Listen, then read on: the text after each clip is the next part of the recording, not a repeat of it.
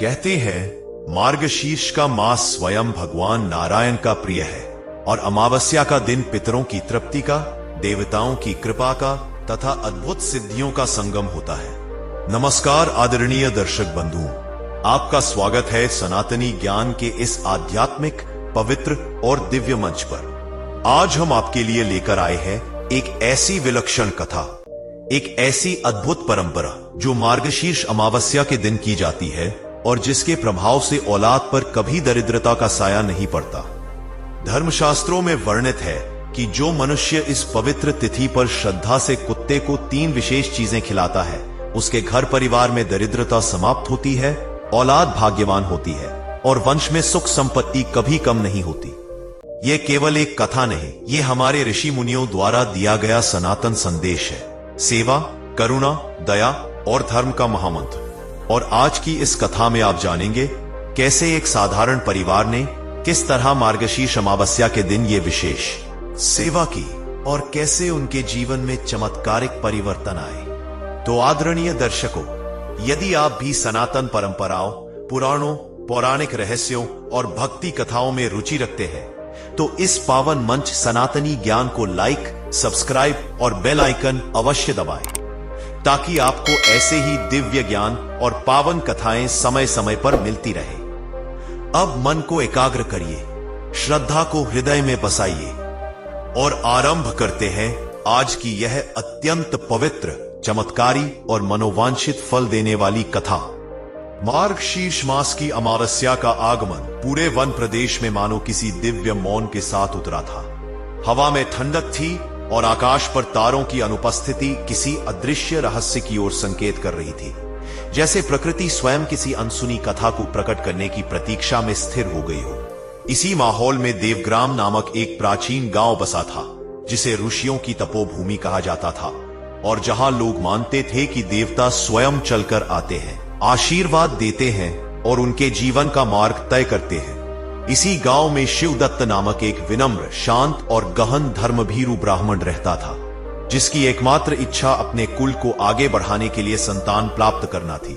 परंतु अनेक वर्षों की तपस्या, यज्ञ, दान और संकल्पों के बाद भी उसके घर में बच्चे की किलकारी नहीं गूंजी थी। उसकी पत्नी चंद्रमणि भी उतनी ही श्रद्धालु और सहनशील थी। दिन रात सेवा, पूजा, उपवास और देर स्तुति में लगी रहती, पर उसके मन में एक मौन पीड़ा थी।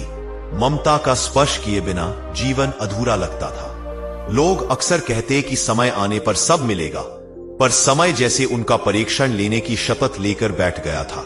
ऐसी ही एक रात, मार्गशीर्ष अमावस्या से 2 दिन पहले, शिवदत्त सपने में एक दिव्य ज्योति देखता है, जिसमें एक वृद्ध श्वेत दाढ़ी वाले ऋषि प्रकट होते हैं। लंबे केश, चमकती आंखें और मुद्रा ऐसी जैसे वे समय के आर पार देख सकते हो। ऋषि ने कहा, वात्स्य, तुम्हारी तपस्या व्यर्थ नहीं गई। मार्गशीर्ष अमावस्या के दिन तुम्हें 3 वस्तुएं एक भूखे कुत्ते को समर्पित करनी होंगी, और वह कुत्ता कोई साधारण प्राणी नहीं होगा, बल्कि स्वयं भगवान भैरव का दूत होगा। यदि तुमने प्रातःकाल के पूर्व उस दूत को वह 3 वस्तुएं खिला दी, तो तुम्हारी वंश लक्ष्मी जागेगी और तुम्हारी औलाद कभी गरीबी नहीं देखेगी। यह कहते हुए ऋषि का स्वर गूंजा। पहली वस्तु घी मिला रोटी का कौर, दूसरी शहद से छुआ हुआ भोग और तीसरी वस्तु कच्चे दूध में डूबा हुआ मीठा चावल। इतना कहकर ऋषि प्रकाश में विलीन हो गए और शिवदत्त हड़बड़ाकर जाग पड़ा। उसने देखा कि उसके हृदय की धड़कन तीव्र थी और उसका शरीर जैसे किसी दिव्य ऊर्जा से भर गया था। वह तुरंत चंद्रमणि को जगाकर यह सपना बताता है और चंद्रमणि आंखों में आश्चर्य, भय और आशा के मिश्रित भाव लिए उसे सुनती रहती है। फिर कहती है, प्रभु, यदि यह सचमुच देवदूत का संकेत है तो हमें समय पर उसका पालन अवश्य करना चाहिए। अगले 2 दिन दोनों तैयारी में लगे रहते हैं। अनाज, घी, शहद, दूध सब कुछ पवित्रता से तैयार किया जाता है। उस बीच गांव वालों में भी एक विचित्र घटना फैलती है कि गांव के बाहर जंगल की ओर एक काला, तेजस्वी परंतु बेहद शांत कुत्ता दिखाई देता है, जिसकी आंखों में अजीब सी चमक है और जो किसी परिचित छाया की तरह लोगों को दूर से निहार कर गायब हो जाता है। बुजुर्ग कहते हैं यह भैरव की छाया है। इस मास में ऐसे दूत प्रकट होते हैं। धीरे धीरे अमावस्या की सुबह आती है, ठंडी धुंध से ढकी पर वातावरण में तीव्र दिव्यता। ब्रह्म मुहूर्त होते ही शिवदत्त और चंद्रमणि अपने आंगन में दीपक, पुष्प और भोग की थाली लेकर आते हैं। थाली में वही 3 वस्तुएं रखी हैं, घी का कौर, शहद भोग और दूध में डूबा मीठा चावल। जैसे ही वे आंगन का द्वार खोलते हैं, सामने धुंध को चीरता हुआ वही काला कुत्ता खड़ा मिलता है, परंतु आज उसकी आंखें पहले से कई गुना अधिक चमक रही थीं, जैसे उनमें मंत्रों की अग्नि जल रही हो। शिवदत्त भय और सम्मान के साथ थोड़ा पीछे हटता है, पर चंद्रमणि कहती है, प्रभु आज यह कोई पशु नहीं, यह देवदूत है। इसे देव भोजन देना ही हमारा धर्म है। शिवदत्त थाली आगे बढ़ाता है और जैसे ही भोजन कुत्ते के सामने आता है, हल्की सी पवन लहर चलती है, दीपक तेज उजाला करने लगता है और कुत्ता एक एक करके वही 3 वस्तुएं खाता है। परंतु जैसे ही वह अंतिम कौर खाता है, वातावरण अचानक स्थिर हो जाता है, जैसे समय रुक गया हो। कुत्ता शिवदत्त के पैरों में बैठकर गहरी नजरों से देखता है और उसकी आंखों में जैसे कोई दिव्य भाषा बोलती है। शिवदत्त समझ नहीं पाता, पर हृदय में एक भाव उतरता है कि यह आशीर्वाद का संकेत है। फिर कुत्ता उठता है, कुछ कदम पीछे जाता है और अचानक धुंध में विलीन हो जाता है, मानो कभी अस्तित्व ही न रहा हो।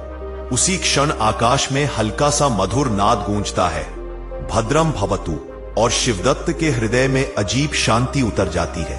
वह कहानी का वास्तविक चमत्कार उसी दिन शुरू होता है। दोपहर होते होते चंद्रमणि को हृदय में एक नई हलचल महसूस होती है। वह समझ नहीं पाती, पर शाम तक उसे आभास होने लगता है कि उसके शरीर में कोई नया जीवन स्पंदित हो रहा है। कई वर्षों में पहली बार उसके चेहरे पर फूटकर मुस्कान आती है।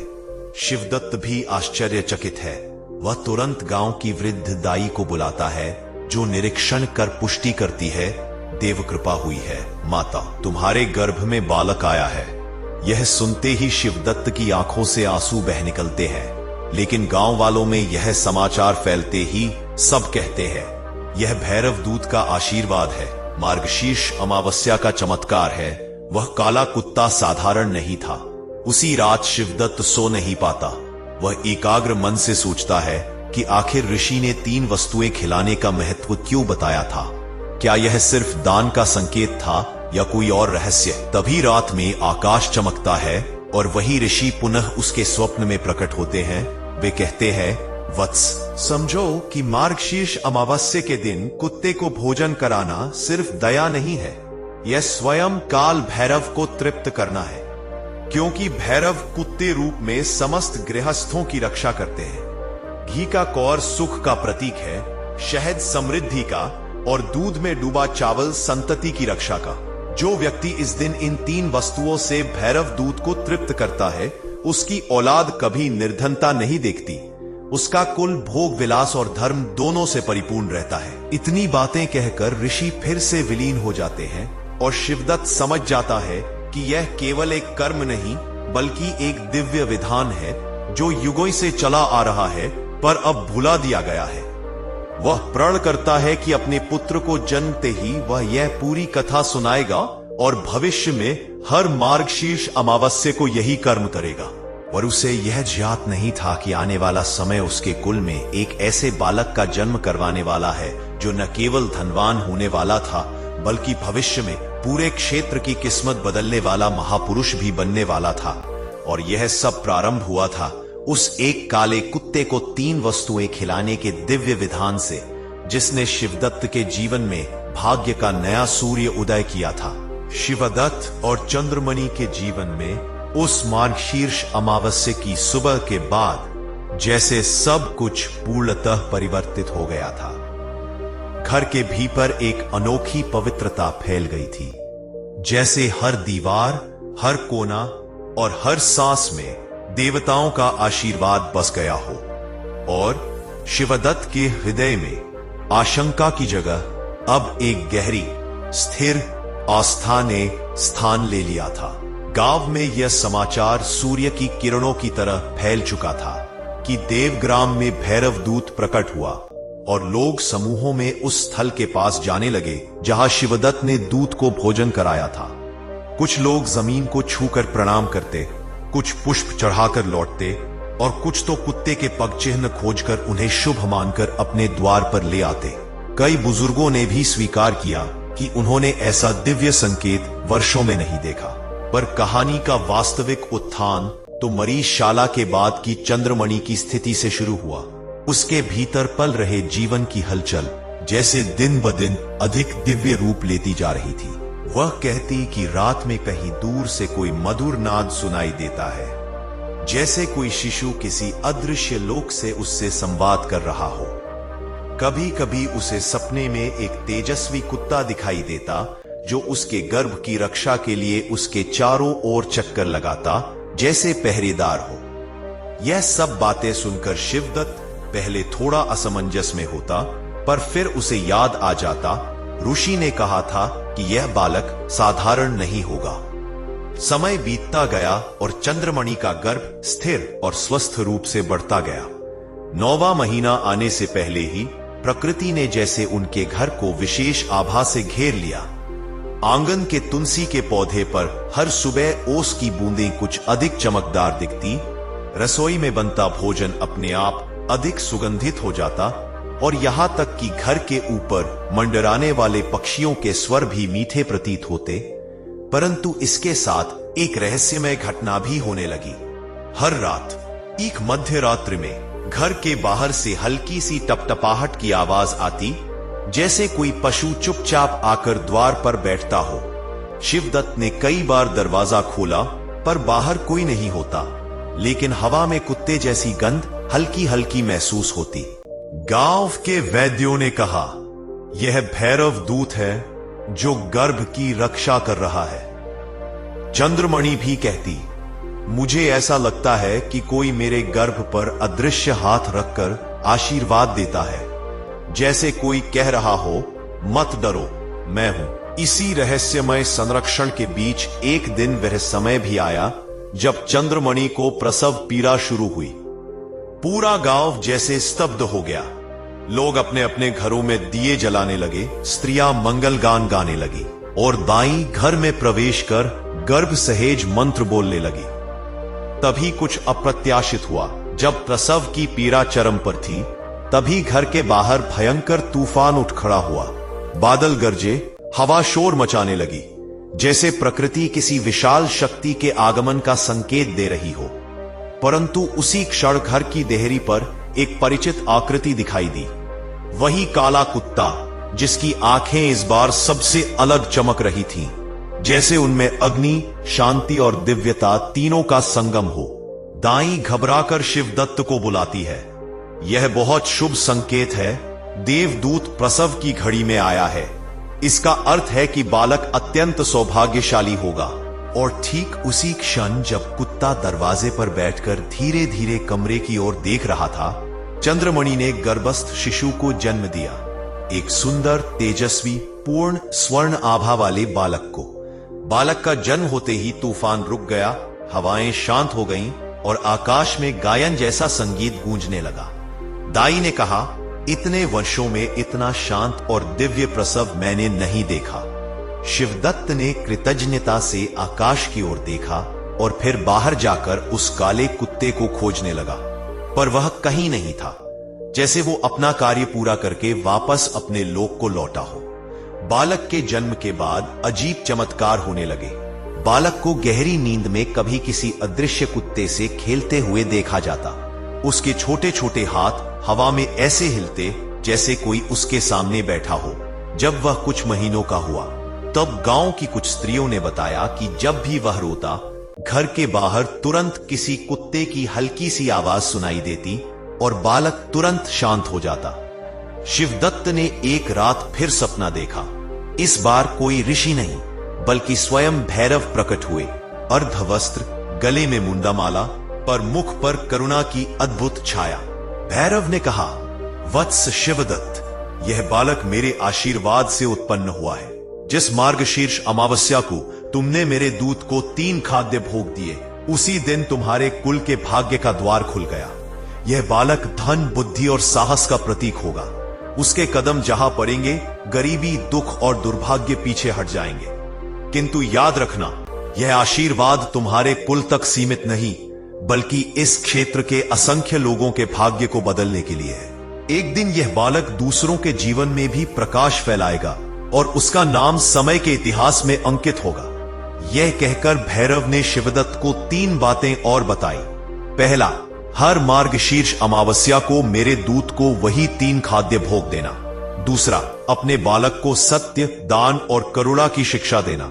तीसरा, जब यह बालक 5 वर्ष का हो तब उसे कुत्तों के प्रति विशेष सेवा का संस्कार देना, क्योंकि उसका संरक्षण उसी पर आधारित होगा। शिवदत्त ने प्रण किया, देव, जैसा आदेश वैसा पालन। अगली सुबह जब वह जागा तो उसके मन में दिव्य शांति थी।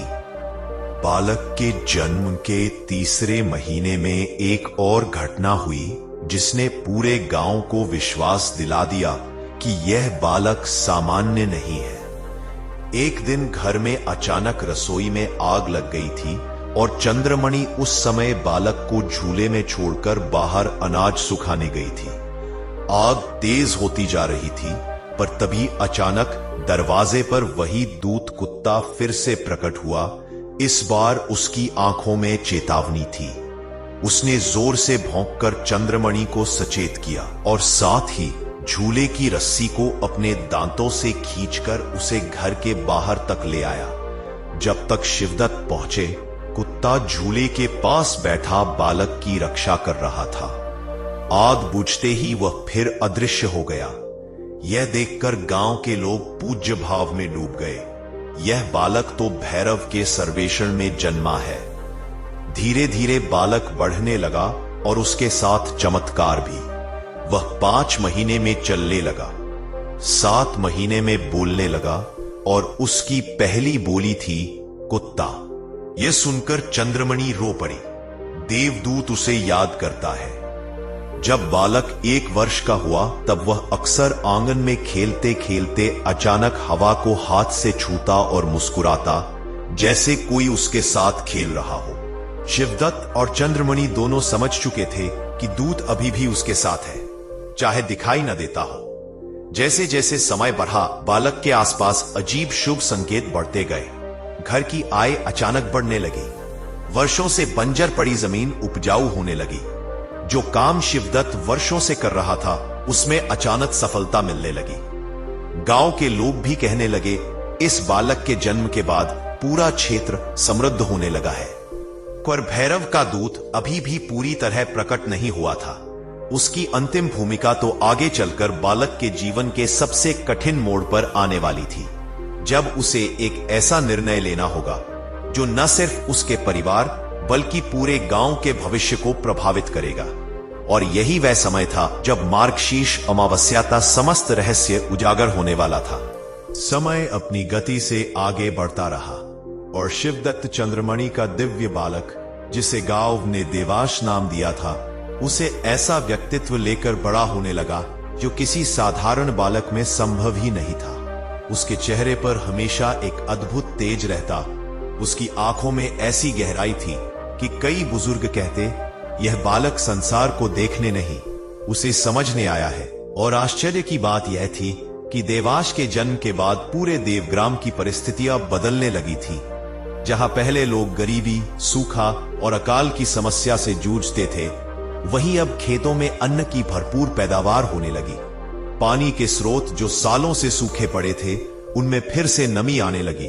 कई परिवार जो बिल्कुल टूट चुके थे, उनकी आय में अचानक वृद्धि होने लगी और लोग इसे देवाश के जन्म का चमत्कार मानते। शिवदत्त स्वयं यह बात समझ चुका था कि यह बालक मात्र उसका पुत्र नहीं, बल्कि स्वयं भैरव के दूतों द्वारा संरक्षित एक ईश्वरीय अवतरण था। परंतु देवाश के जीवन में सबसे रहस्यमय बात यह थी कि उसके साथ उस अदृश्य काले दूत कुत्ते का अशुभ नहीं, बल्कि अत्यंत शुभ साया हमेशा चलता रहता। गांव के लोगों में यह मान्यता फैल चुकी थी कि देवांश के आसपास रहने वाली कुत्ते की छाया स्वयं काल भैरव की सुरक्षा रेखा है। कई लोग कहते कि उन्होंने बालक के सिर पर किसी अदृश्य पंजे का स्पर्श देखा है और जब देवांश गहरी नींद में सोता, उसके पास से कुत्ते की हौले हौले सांस लेने की आवाज आती, जैसे कोई उसे निर्भय रखता हो। यह सब देखकर शिवदत्त और चंद्रमणि दोनों ही अत्यंत भावुक रहते और हर मार्गशीर्ष अमावस्या को भैरव दूत को 3 भोग, घी का कौर, शहद भोग और दूध में डूबा मीठा चावल अवश्य अर्पित करते। परंतु जैसे जैसे देवांश 3 वर्ष से 5 वर्ष की आयु में पहुंचा, उसके व्यवहार में अन्य अद्भुत संकेत प्रकट होने लगे। वह पशुओं से असाधारण प्रेम करता, विशेषकर कुत्तों से। गांव के सारे कुत्ते उसके पीछे ऐसे चलते जैसे वह उनका राजा हो। जब वह खेतों की ओर जाता तो कुत्तों की पूरी टोली उसके चारों ओर सुरक्षा चक्र बनाकर चलती और देवांश अपने छोटे हाथों से उन्हें सहलाता, उनसे बातें करता। और अजीब बात यह थी कि कुत्ते उसकी बोली समझ जाते।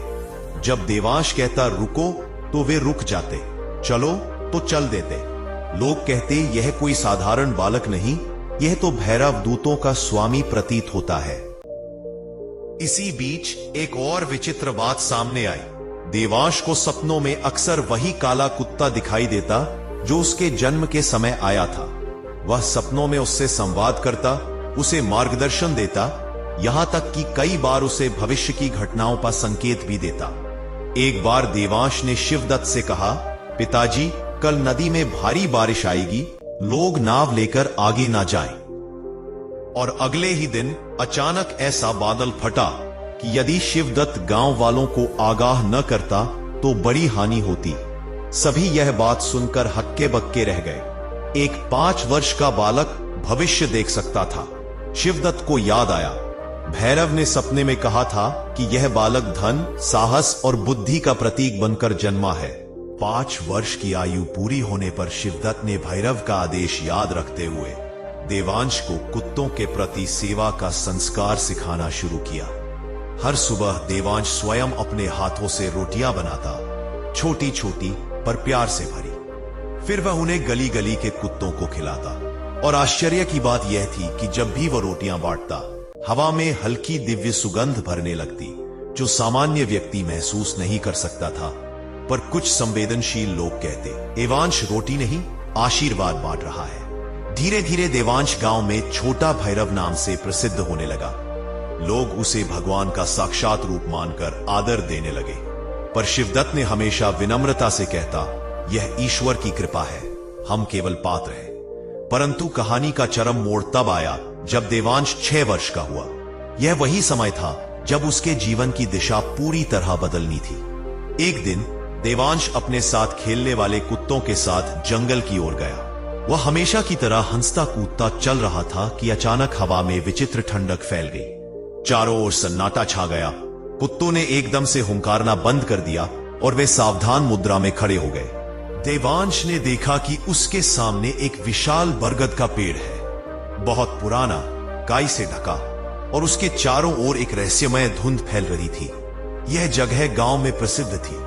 लोग कहते थे कि यहां किसी समय तांत्रिकों का भ्रमण होता था, इसलिए लोग यहां जाने से बचते थे।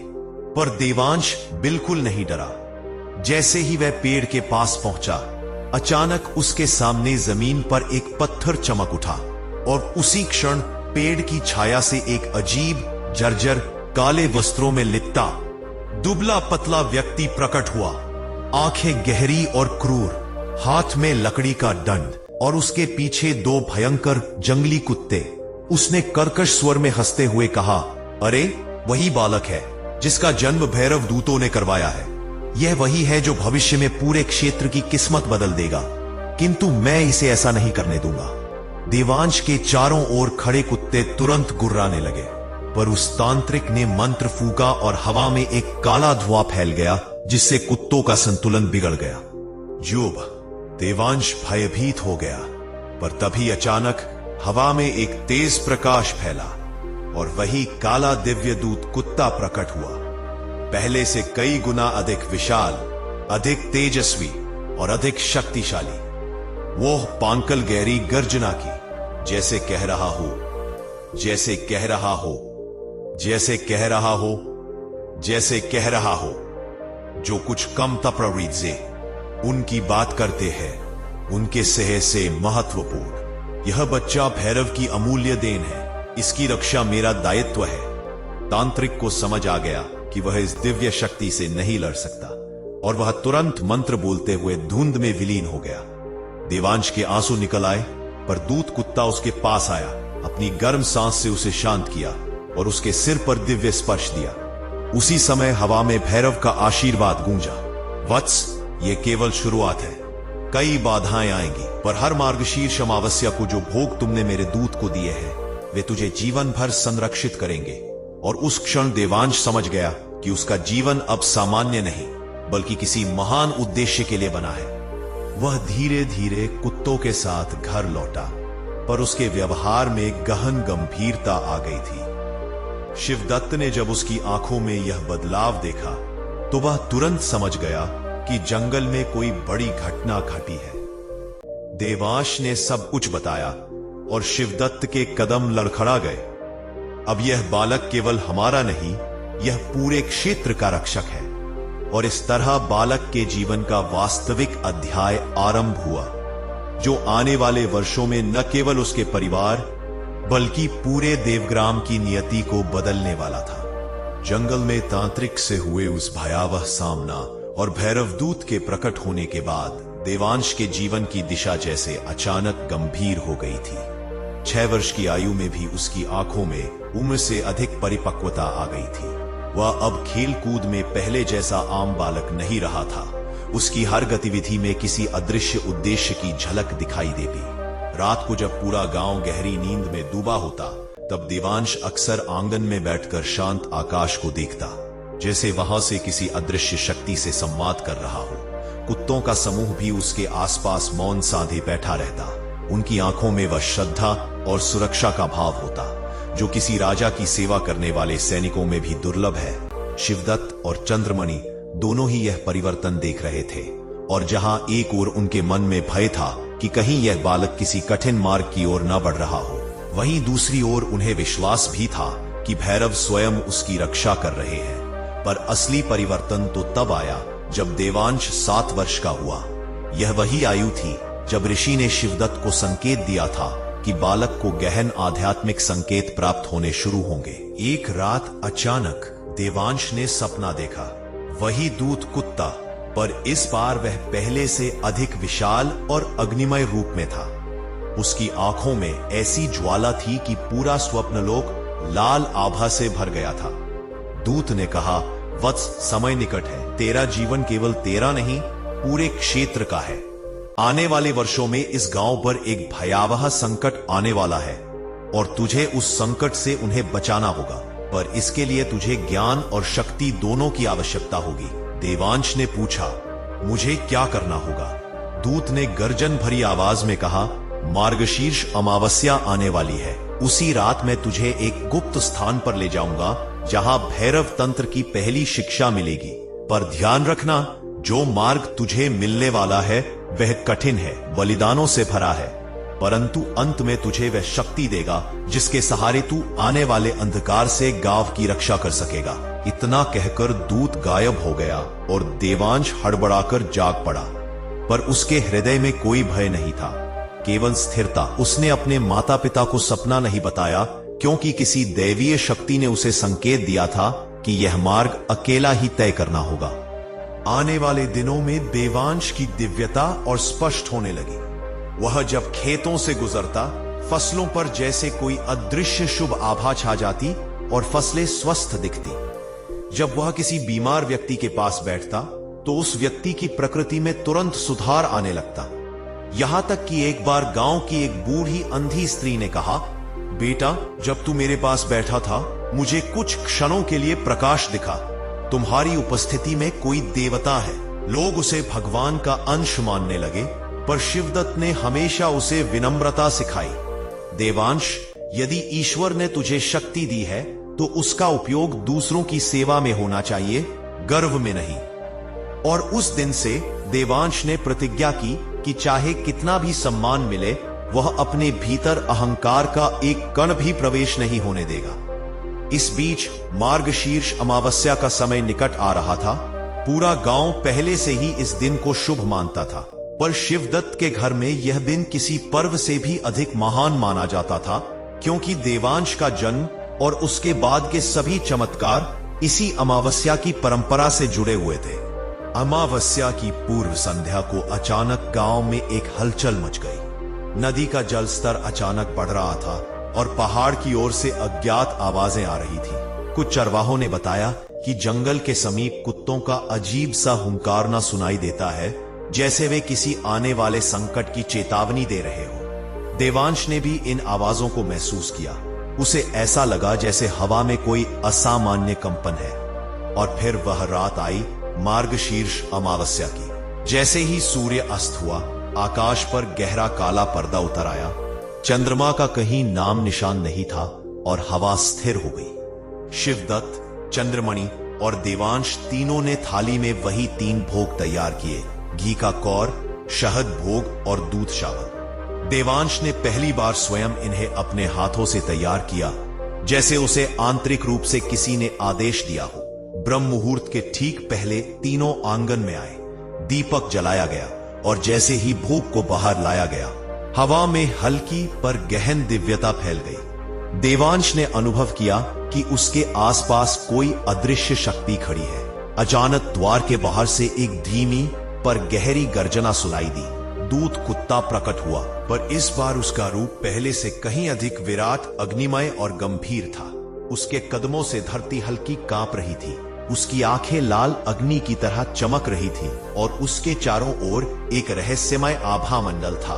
उसने भोग को एक एक करके स्वीकार किया, पर जैसे ही उसने अंतिम भोग खाया, पूरा वातावरण अगले क्षण में बदल गया। आकाश में किसी अदृश्य शक्ति का प्रकाश फूटा और देवांश के सामने एक अद्भुत दृश्य खुला। भैरव स्वयं प्रकट हुए, पर यह किसी सामान्य दर्शन जैसा नहीं था। यह ऐसा था जैसे समय ठहर गया हो, हवा स्थिर हो गई हो और देवताओं का एक मार्ग पृथ्वी और दिव्य लोक के बीच खुल गया हो। भैरव ने गंभीर और शक्तिशाली स्वर में कहा, वत्स देवांश, अब तुझे तेरा मार्ग दिया जाता है। तू केवल गांव का रक्षक नहीं, आगामी समय में 3 प्रदेशों का संतान रक्षक बनेगा। तेरे कारण असंख्य कुलों की संतानों पर कभी गरीबी नहीं आएगी, पर इसके लिए तुझे वह ज्ञान प्राप्त करना होगा जो केवल मेरे दूत दे सकते हैं। देवांश उनके चरणों में गिर गया, प्रभु, मैं तैयार हूं। भैरव ने दूत कुत्ते की ओर संकेत किया, यह तुझे आज रात उस स्थान पर ले जाएगा जहां केवल चुने हुए लोग ही पहुंच सकते हैं। दूत कुत्ते ने एक तेज गर्जना की और तुरंत हवा में एक रास्ता खुल गया, मानो जंगल के बीच एक अदृश्य द्वार प्रकट हो गया हो। देवांश बिना डरे, बिना पीछे देखे उस दूत के पीछे चल पड़ा। शिवदत्त और चंद्रमणि उस दृश्य को देखकर स्तब्ध रह गए। वे समझ गए कि उनका पुत्र अब एक महान यात्रा पर निकल गया है। कुछ ही क्षणों में देवांश और दूत उस अदृश्य मार्ग में विलीन हो गए और इसी के साथ कहानी एक नए चरण में प्रवेश कर गई, जहां देवांश को भैरव की दिव्य शक्ति, तंत्र विद्या और भविष्य के संकटों से लड़ने की अदृश्य तैयारियां मिलने वाली थीं, जिनसे उसका भाग्य, गांव का भविष्य और 3 प्रदेशों की नियति बदलने वाली थी।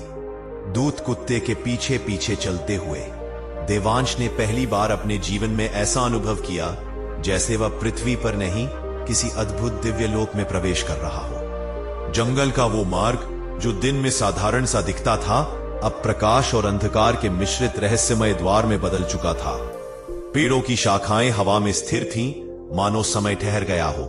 पत्तों पर चंद्रहीन रात में भी हल्की सी चांदी जैसी चमक फैल रही थी और रास्ते के किनारे खड़े पत्थर ऐसे कंपन कर रहे थे जैसे कोई मंत्र उन पर लिखा हो।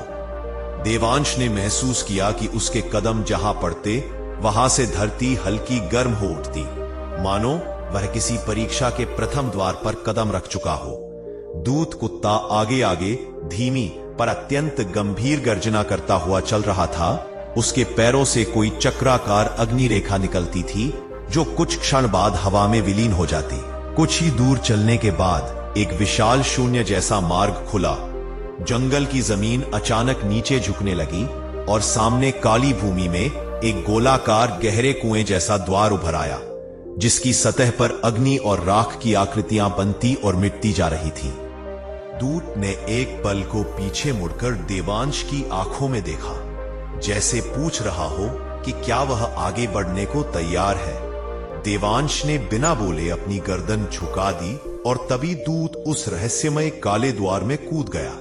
देवांश ने एक पल के लिए सांस रोकी और फिर दूत के पीछे छलांग लगा दी। अगले ही क्षण उसे लगा जैसे वह वायु, अग्नि, जल और शून्य के मिश्रण वाले किसी भंवर से गुजर रहा हो, जहां कोई रूप नहीं, कोई दिशा नहीं, केवल प्रकाश के असंख्य घूमते हुए वृत्त थे। अचानक उसका शरीर जैसे एक झटके से दूसरी भूमि पर आ गिरा, लेकिन यह भूमि पृथ्वी जैसी नहीं थी। चारों ओर काले पत्थरों की पहाड़ियां थीं, बीच बीच में अग्नि की नदियां बह रही थीं और आकाश में चमकते हुए नारंगी बादल ऐसे घूम रहे थे जैसे उनमें महाशक्तियों का वास हो।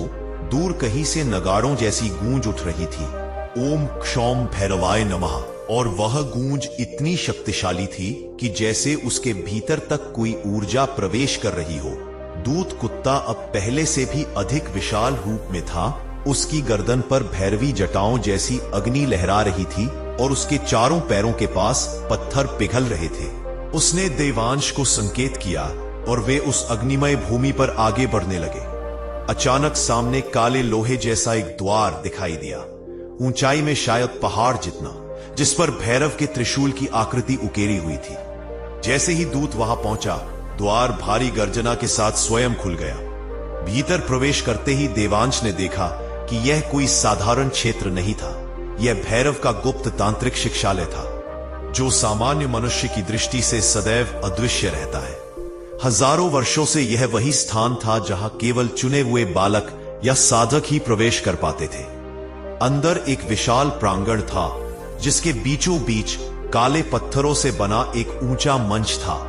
मंच के ऊपर एक अग्निकुंड जल रहा था, जिसकी लपटें न तो गर्म थी न ठंडी, बल्कि किसी दिव्य ऊर्जा से भरी थी।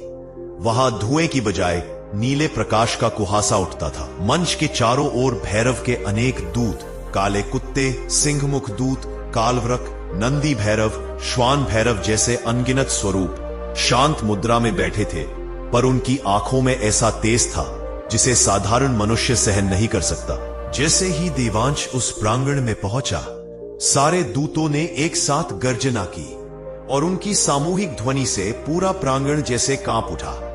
तभी अग्निकुंड की लपटें एकाएक ऊंची उठी और उनके बीच भैरव का दिव्य स्वरूप प्रकट हुआ।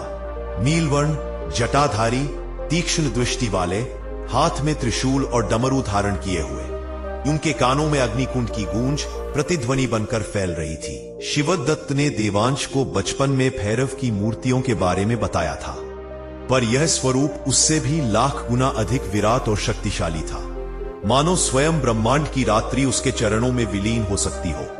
भैरव की दृष्टि देवांश पर पड़ी और उनका स्वर प्रचंड पर अत्यंत करुणामय था। वत्स देवांश, तू इस लोक में साधारण बालक बनकर नहीं आया।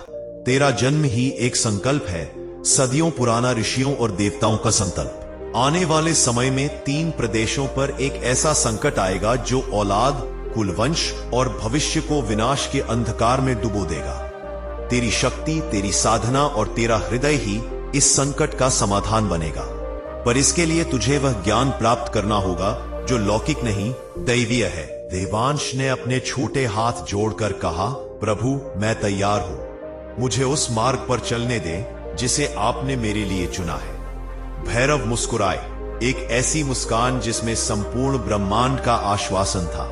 उन्होंने संकेत किया और दूत कुत्ता देवांश के पास आकर बैठ गया, पर अब वह सिर्फ दूत नहीं बल्कि गुरु जैसा था। भैरव बोले, जो शिक्षा आज से प्रारंभ होगी वह किसी साधारण साधक को वर्षों में भी नहीं मिलती, पर तेरे भीतर वह जन्मजात शक्ति है जो इसे ग्रहण कर सकती है। और फिर शिक्षा का आरंभ हुआ। पहली शिक्षा थी चेतना की दृष्टि। दूत ने अपनी अग्निमय आंखें देवांश के सामने की और कहा, दुनिया जैसी दिखती है वैसी होती नहीं। जो दिखता है वह भ्रम है, जो अदृश्य है वही सत्य है। यह कहते ही देवांश को अनुभव हुआ कि उसके नेत्रों में कोई नई ऊर्जा भर गई है। अग्निकुंड की लपटें अब उसे विभिन्न रूपों में दिखने लगी। कभी वे आकाश बन जाती, कभी समुद्र, कभी पर्वत, मानो ब्रह्मांड की संपूर्ण रचना उसके सामने नृत्य कर रही हो। दूसरी शिक्षा थी आत्मशक्ति का जागरण। दूत कुत्ते ने अपनी अग्नि रेखा उसके हृदय पर रखी और देवांश को लगा कि उसके भीतर कोई सुनामी उठ रही है। उसकी शक्ति, उसकी चेतना, उसकी क्षमता, उसकी स्मृति, सब कुछ एक नए स्तर पर पहुंच रहा था। तीसरी शिक्षा थी भविष्य दृष्टि। यह सबसे जटिल थी क्योंकि इसके लिए मन पूरी तरह शांत, शुद्ध और निर्भय होना चाहिए। दूत ने उसे एक काले दर्पण के सामने बैठाया। दर्पण में शुरुआत में केवल अंधकार था, पर कुछ ही क्षण बाद उसमें भविष्य के दृश्य तैरने लगे। गांव पर संकट, एक भयावह तांत्रिक शक्ति का उदय, 3 प्रदेशों में औलाद पर आने वाला विनाश और वह स्वयं एक दिव्य रक्षक के रूप में खड़ा। देवांश उस दृश्य को देखकर कांप उठा। प्रभु, क्या यह सच में होगा? भैरव का स्वर गूंजा, हाँ वत्स, और इसे टालना तेरा धर्म है। शिक्षा रात भर चलती रही, पर उस लोक में रात, समय, दिशा, किसी का अस्तित्व नहीं था। वहां केवल साधना थी, केवल शक्ति थी, केवल उद्देश्य था। जब अंतिम शिक्षा पूर्ण हुई, भैरव आगे बढ़े और देवांश के सिर पर हाथ रखा। वत्स, यह केवल शुरुआत है। तू अब केवल देवांश नहीं, औलाद रक्षक है। जो मार्ग तुझे मिला है वह कठिन है, पर तेरा संकल्प, तेरा हृदय और तेरा धर्म तुझे विजय देगा। इतना कहते ही पूरा प्रांगण अचानक प्रकाश से भर गया। अग्नि सफेद हो गई, दूतों की गर्जना रुक गई, आकाश शांत हो गया और देवांश को लगा जैसे वह धीरे धीरे उसी द्वार से वापस पृथ्वी पर लौट रहा हो। कुछ क्षणों बाद उसने स्वयं को अपने गांव के जंगल के किनारे पाया। सुबह का पहला प्रकाश फैल रहा था, पर उसके भीतर अब वह मासूम बालक नहीं था। वह एक अभिषिक्त बालक था जिसने भैरव लोक की पहली शिक्षा प्राप्त कर ली थी। उसके जीवन का नया अध्याय शुरू हो चुका था और आने वाले समय में यह शिक्षा ही उसे उन भयावह घटनाओं से लड़ने की क्षमता देगी जिनके संकेत भविष्य दर्पण ने उसे दिखाए थे। भैरव लोक से लौटने के बाद जब देवांश की आंखें धीरे धीरे खुली, तो उसने देखा कि सूरज की किरणें धीरे धीरे जंगल के किनारों को सुनहरा रंग दे रही थीं। पर यह वही सूर्योदय नहीं था जिसे वह रोज देखता था। इसमें एक अलग ही चमक थी, जैसे उसकी दृष्टि अब दुनिया में व्याप्त सूक्ष्म ऊर्जा को पहचानने लगी हो। उसके कानों में अब भी भैरव के तांत्रिक नगारों की अनुगूंज गूंज रही थी और उसका हृदय उस अदृश्य अग्नि से भरा हुआ था जो भैरव ने उसमें जागृत की थी। वह कुछ क्षण वहीं बैठा रहा। सांसें गहरी थीं, मन शांत था, पर भीतर एक अचल संकल्प धधक रहा था। अचानक उसके बगल में एक हल्की खड़खड़ाहट हुई। दूत कुत्ता, जो पहले उससे अलग हो गया था, अब पुनः अपने सामान्य आकार में उसके पास खड़ा था। उसकी आंखों में वही दिव्य चमक थी, पर उसका व्यवहार अत्यंत शांत और सौम्य था, जैसे अब वह देवांश का रक्षक ही नहीं बल्कि उसका स्थायी मार्गदर्शक बन चुका हो। देवांश ने उसके सिर पर हाथ फेरा और पूछा, क्या मुझे अब घर लौटना चाहिए? दूत ने धीरे से भौंककर सिर हिलाया, जैसे कह रहा हो कि यात्रा तो अभी शुरू हुई है, पर घर लौटना भी आवश्यक है, क्योंकि आने वाले संकट की पहली आहट यहीं से शुरू होगी। देवांश ने जंगल का रास्ता पकड़ा और धीरे धीरे गांव की ओर लौटने लगा। हर कदम के साथ उसे महसूस हो रहा था कि यह वही मार्ग नहीं था, ये वही पेड़ नहीं थे, न ही वही हवा। जैसे सारी प्रकृति उसे पहचान रही हो, उसका स्वागत कर रही हो और इसे आने वाले संकट के लिए चेतावनी दे रही हो। जब वह गांव के करीब पहुंचा, तो उसने देखा कि लोग इकट्ठे होकर किसी चर्चा में लगे हुए थे। महिलाएं चिंतित थीं, बुजुर्गों के चेहरों पर भय की रेखाएं थीं और बच्चे इधर उधर सहमे हुए भाग रहे थे। देवांश भीड़ में घुसा तो उसने सुना, लोहार के घर के सामने रात के समय कोई काला परछाई जैसा प्राणी घूम रहा था। बच्चे जोर जोर से रोने लगे। किसी को नींद नहीं आई। कोई दूसरा बोला, उसके पीछे पीछे कुत्तों की डरावनी चीखें सुनी गई, जैसे कोई अदृश्य शक्ति उन पर हमला कर रही हो। तीसरा बोला, और सबसे बड़ी बात, नदी किनारे वह पुराना वट वृक्ष जहां कभी गांव के बच्चे खेलते थे, रात में खुद ब खुद चटक गया, जैसे किसी ने उसे भीतर से तोड़ दिया हो। देवांश यह सब सुनकर गहरे चिंतन में डूब गया। उसे भैरव लोक में दिखा वह भविष्य दर्पण याद आ गया, जिसमें संकट की पहली छाया काले परछाई वाले प्राणी के रूप में दिखाई गई थी। वह आगे बढ़ा, तभी भीड़ में से किसी ने कहा, अरे ये तो देवांश है, कहां था तू रात भर? किसी ने चिंता से पूछा, तेरा बाप शिवदत्त तुझे ढूंढ ढूंढ कर परेशान हो गया था। देवांश कुछ बोलता उससे पहले उसके पिता भीड़ चीरते हुए वहां पहुंचे। उनके चेहरे पर क्रोध, चिंता, प्यार और डर सब कुछ एक साथ था। उन्होंने जैसे ही देवांश को देखा उसे जोर से गले लगा लिया। बेटा, तू कहां चला गया था? सारी रात तुझे खोजता रहा। डर लग रहा था कि कहीं कोई अनहोनी न हो जाए। देवांश ने अपने पिता के सीने से चिपककर एक पल के लिए वही मासूमियत महसूस की जो भैरव लोक की कठोर साधनाओं से पहले उसके अंदर थी। पिता ने उसका चेहरा पकड़कर देखा। तू ठीक तो है ना? देवांश ने सिर हिलाकर कहा, हां बाबा, मैं ठीक हूं। पर यह ठीक सिर्फ पिता के लिए था, क्योंकि सच तो यह था कि वह बच्चा नहीं रहा था जिसे मां की कहानी सुनकर नींद आ जाती थी या जो गांव के बच्चों के साथ खेलता था। उसके भीतर अब एक अग्नि जल रही थी, दिव्य अग्नि, और यह अग्नि अब उसका जीवन मार्ग तय करने वाली थी। पिता उसे घर ले गए, पर रास्ते भर देवांश प्रकृति में हो रहे सूक्ष्म परिवर्तनों को महसूस करता रहा। बूढ़ा पीपल हल्की हल्की कराहा जैसी ध्वनि निकाल रहा था। मंदिर की घंटियों में पहले जैसी मिठास नहीं थी, बल्कि उनमें एक थरथराहट थी, जैसे देवताओं ने भी इस संकट की आहट को सुन लिया हो। घर पहुंचते ही मां उसे गले लगा लगा कर रोने लगी। बेटा, तुझे चोट तो नहीं लगी? तू क्यों चला गया था? रात बहुत भारी थी। मुझे तो लगा था कि मेरे बच्चे पर कोई बला ना आ जाए। देवांश ने मां का हाथ पकड़ा। उसका मन दुखा, पर वह जानता था कि उसके जीवन में अब कई बातें ऐसी होंगी जिन्हें वह अपने माता पिता से नहीं कह सकता। मां ने उसके माथे पर काजल लगाकर बुरी नजर से बचाया, और तभी दूत कुत्ता दरवाजे पर आकर बैठ गया। लोग डर कर हटे, पर मां ने आश्चर्य से कहा, अरे, यह कुत्ता तो कल भी तेरे साथ आया था और आज भी यह तुझसे अलग ही नहीं हो रहा। शिवदत्त ने देवांश की ओर देखा। उनकी आंखों में एक प्रश्न था, क्या यह सिर्फ कुत्ता है या कुछ और? पर वे चुप रहे। देवांश ने मन ही मन सोचा, बाबा ने बहुत साधना की है, वे एक ना एक दिन सब समझ ही जाएंगे। घर में थोड़ी देर की शांति के बाद दूत ने देवांश को संकेत किया, जैसे कह रहा हो कि समय कम है, गांव पर पहली छाया किसी भी क्षण आ सकती है। तभी गांव के मंदिर की घंटी जोर से बजी, ऐसे जैसे किसी ने उसे गुस्से में खींचा हो। लोग दौड़ते हुए मंदिर की ओर भागे। देवांश भी उनके पीछे गया। मंदिर के भीतर का दीपक बुझ चुका था, जबकि आसपास कोई हवा नहीं चली। शिवलिंग पर जल चढ़ा हुआ था, पर उस पर एक अजीब सी राख जमी थी, जैसे किसी ने जलाई हुई वस्तु को वहां फूंक दिया हो। पुजारी आंपते हुए बोले, यह कोई साधारण संकेत नहीं, यह तो उस शक्ति का संकेत है जिसका उल्लेख केवल पुराने ग्रंथों में मिलता है। औलाद दोष कारक नाम की वह विनाशकारी तांत्रिक शक्ति जो बच्चों पर विपत्ति लाती है। लोगों में दहशत फैल गई। क्या हमारे बच्चों पर कोई संकट आने वाला है? क्या कोई अभिशाप है? क्या यह वही दुष्ट तांत्रिक शक्ति है जिसके बारे में पुरोखों ने बताया था?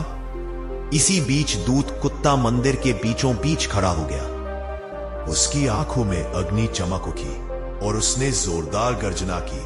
गर्जना मंदिर की दीवारों से टकराकर गूंज उठी और उसी क्षण देवांश की दृष्टि बदल गई। उसे दिखने लगा कि मंदिर के ऊपर हवा में एक छाया मंडरा रही थी। वह कोई मानव नहीं था, एक काली धुंध की आकृति, जैसे कोई अधूरी आत्मा जिसके हाथों में बच्चों की रोने की ध्वनियां गूंज रही थी।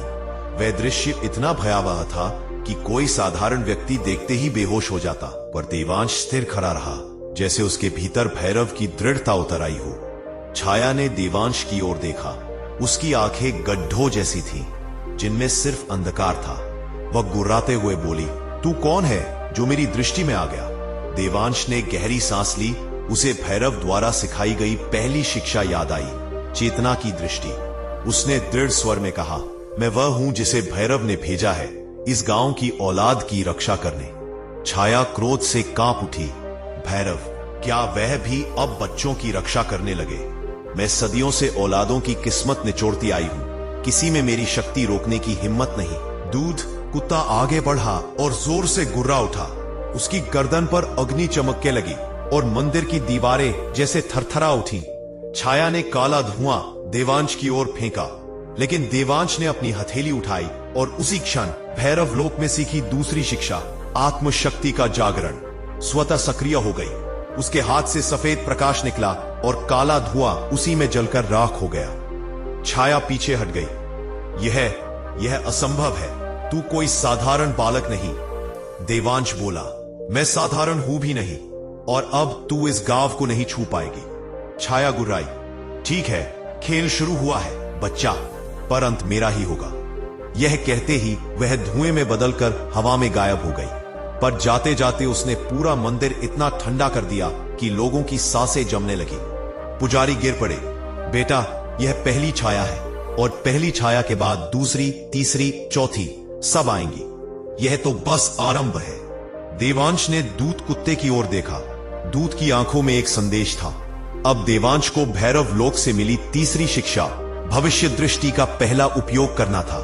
उसने आंखें बंद की और दृश्य उभरने लगे, आने वाले दिनों का, गांव के बच्चों का, भयावह छायाओं की अग्नि का, जिसे रोकना आसान नहीं होगा। जब उसने आंखें खोली तो उसकी आवाज में पहली बार भविष्य की गंभीरता थी। अब तैयारी करनी होगी, यह संकट रुकेगा नहीं। दूत उसकी बगल में खड़ा था, मानो कह रहा हो कि वह अकेला नहीं। पूरा गांव अब देवांश की ओर देखने लगा।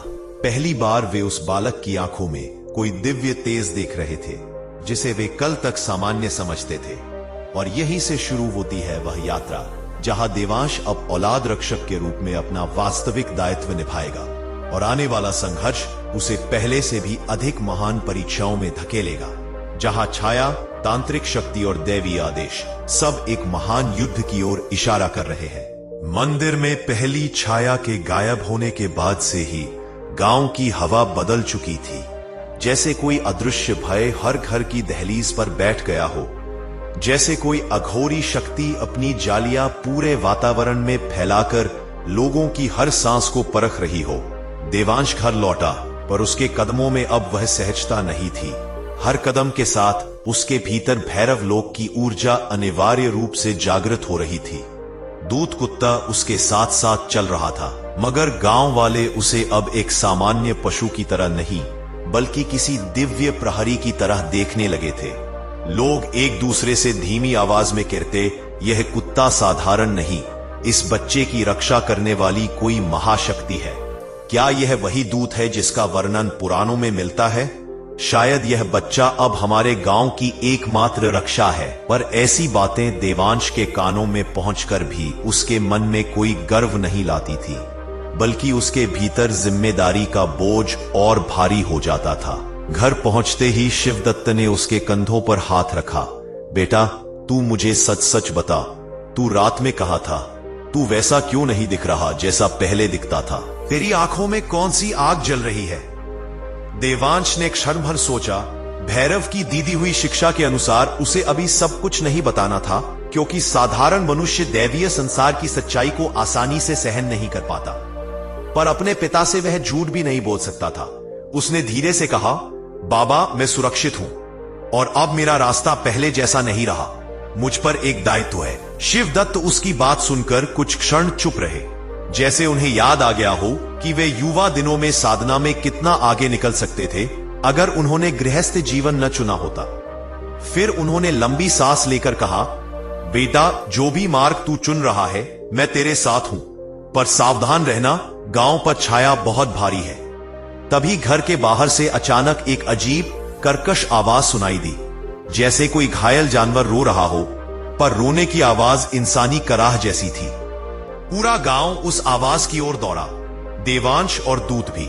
नदी के पास पुराना पीपल का पेड़ अचानक झुलस चुका था, जैसे किसी ने उसे आग से नहीं बल्कि शुद्ध अंधकार से जलाया हो। उसकी शाखाएं काले कोयले की तरह टूटकर नीचे गिर चुकी थी। उसकी जड़ों पर एक छोटा सा बच्चा बेहोश पड़ा था। उसकी नाक और कान से हल्का धुआं निकल रहा था, और उसके माथे पर एक काले धब्बे जैसा निशान था, मानो किसी छाया ने उसे पकड़ने की कोशिश की हो। बच्चा मुश्किल से 5 साल का होगा। उसकी मां दहाड़े मार मार कर रो रही थी, मेरी औलाद को बचाओ, मेरी जान ले लो पर इसे बचा लो। गांव वाले घबरा गए। ये वही छाया का निशान है, ये तो औलाद दोष का संकेत है। दूत कुत्ता बच्चे के पास गया और उसने अपनी नाक से उसकी सांसें सूंघी। तुरंत ही वह गुर्रा उठा, जैसे उसने किसी अदृश्य शक्ति का पता लगा लिया हो। देवांश ने बच्चे के माथे पर अपना हाथ रखा। उसकी आंखें स्वतः बंद हो गईं।